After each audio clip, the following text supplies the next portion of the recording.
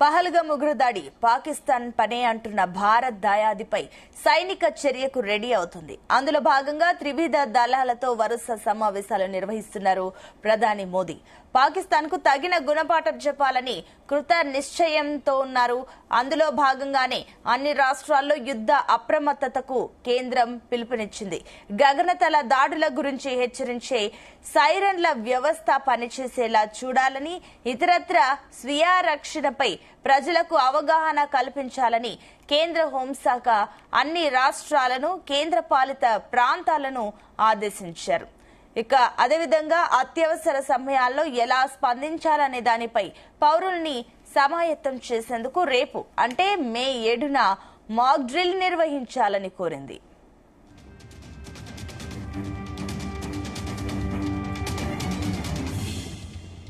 ఇక మరోపక్క అధికారులతో పాటు సివిల్ డిఫెన్స్ వార్డెన్లు, వాలంటీర్లు, హోంగార్డులు, ఎన్సీసీ కళాశాలల విద్యార్థులను దీనిలో భాగస్వాములను చేయనున్నారు. శత్రుదాడి జరిగినప్పుడు స్వీయ రక్షణతో పాటుగా విద్యార్థులు, యువకులు ఎలా ప్రతిస్పందించాలో అవగాహన కల్పించాలని హోంశాఖ తెలిపింది. ఇక వైమానిక దాడులు జరిగితే ఎలా వ్యవహరించాలి, ప్రజలు ఆందోళనకు గురికాకుండా వారికి ఎలాంటి సూచనలు చేయాలి, సైరన్ ఇచ్చి ఎలా అప్రమత్తం చేయాలనే అంశంపై మాక్ డ్రిల్ చేయాలని పేర్కొంది. కీలకమైన కర్మాగారాలు, ఇతర వ్యవస్థల్ని బయటకు కనిపించనివ్వకుండా చేయగలగడం ముఖ్యమైనవని సూచించారు.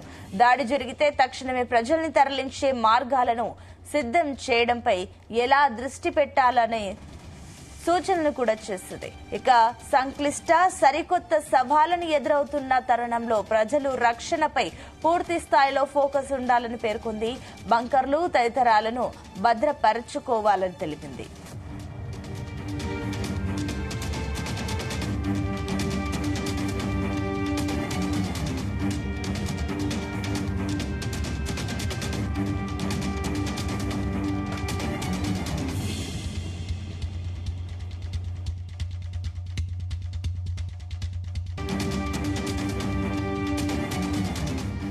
పాకిస్తాన్ పై భారత సైనిక చర్యకు దిగొచ్చన్న అంచనాలు నెలకొన్న తరుణంలో హోంశాఖ ఈ మాక్ డ్రిల్ నిర్వహిస్తుంది.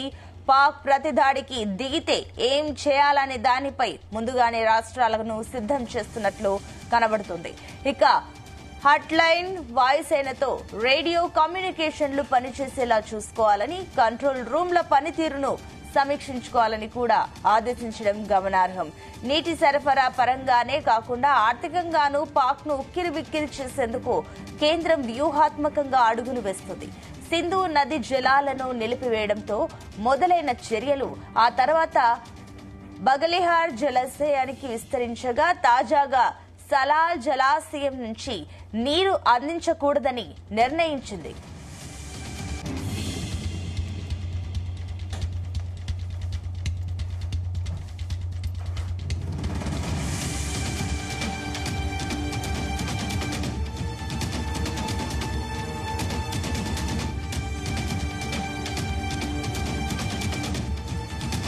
ఇక పహల్గామ్ ఉగ్రదాడిపై భారత్ నిశ్శబ్దంగా సైనిక చర్య మొదలుపెట్టింది. జల విద్యుత్ ఉత్పత్తికి ఉద్దేశించిన బగలిహార్ సలాల్ జలాశయంలో తొలిసారిగా పూడికతీత పనులు చేపట్టింది. ఇలాంటి ప్రాజెక్టులు ఈ ప్రాంతంలో 6 డజనుకు పైగా ఉన్నాయి. వాటిలోనూ పూడికతీత చేపడితే పాకిస్తాన్ కు నీరు వెళ్లడం మరింత తగ్గుతుంది. జమ్మూ కాశ్మీర్ లో నిలిచిపోయిన 6 ప్రాజెక్టుల నిర్మాణాన్ని వేగవంతం చేయాలని కేంద్రం నిర్ణయించింది. సింధు జలాల ఒప్పందం నిలిపివేయడంతో ఇప్పుడు పాక్ తో సంబంధం లేకుండానే ఈ ప్రాజెక్టుల్లో పూడికతీత పనులను భారత్ చేపట్టింది. జమ్మూ కాశ్మీర్ ప్రాంతంలో గతంలో నిలిచిపోయిన 6 ప్రాజెక్టుల నిర్మాణాన్ని కూడా వేగవంతం చేయాలని కేంద్రం భావిస్తోంది.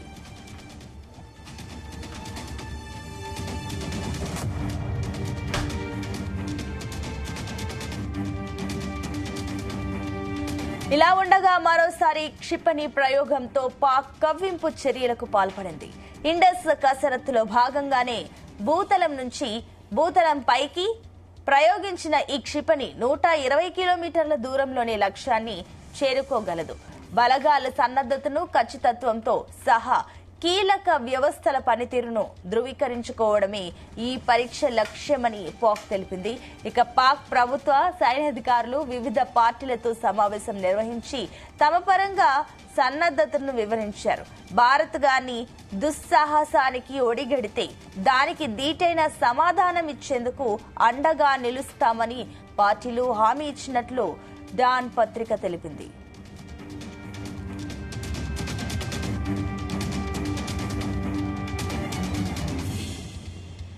భారత్ ఏ క్షణంలోనైనా నియంత్రణ రేఖ ఎల్ఓసి వెంబడి సైనిక చర్యకు దిగే అవకాశం ఉందని పాక్ రక్షణ మంత్రి ఖ్వాజా ఆసిఫ్ హెచ్చరించారు. దీనికి తాము తగిన రీతిలో జవాబు ఇస్తామని విలేకరులకు చెప్పారు.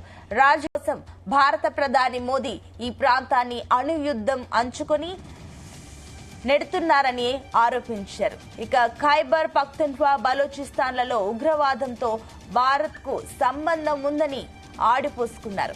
తమ దేశంపై ప్రతీకార చర్యలకు పాల్పడితే ధీటుగా బదులిస్తామంటూ పాక్ ఆర్మీ చీఫ్ అసీం మునీర్ మేకపోతు గాంభీర్యం ప్రకటిస్తున్నారు. ఇక భారత్ నుంచి దాడి జరిగిన వెంటనే తమ సైన్యం చురుగ్గా ప్రతిస్పందిస్తుందని వ్యాఖ్యానించారు. జాతీయ ప్రయోజనాలను దేశ ప్రాదేశిక సమగ్రతను కాపాడుకోవడానికి సిద్ధంగా ఉన్నామన్నారు.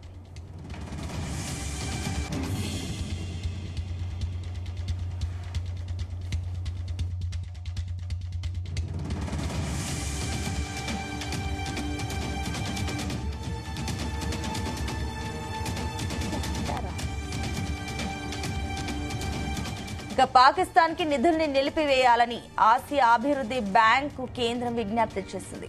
రష్యా అధ్యక్షుడు పుతిన్ భారత్ ప్రధాని మోదీతో ఫోన్లో మాట్లాడి ఉగ్రవాదంపై పోరుకు పూర్తి మద్దతు ప్రకటించారు.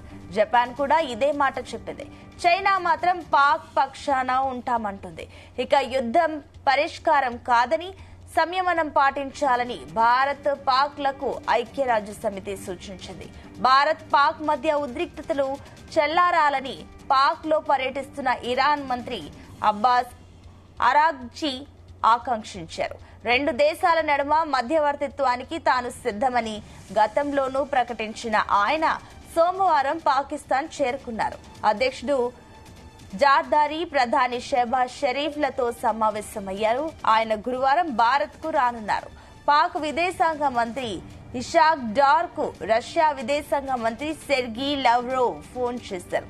ఉగ్రదాడితో తలెత్తిన రాజకీయ క్లిష్ట పరిస్థితులను పరిష్కరించే దిశగా సహకారం అందిస్తామని చెప్పారు.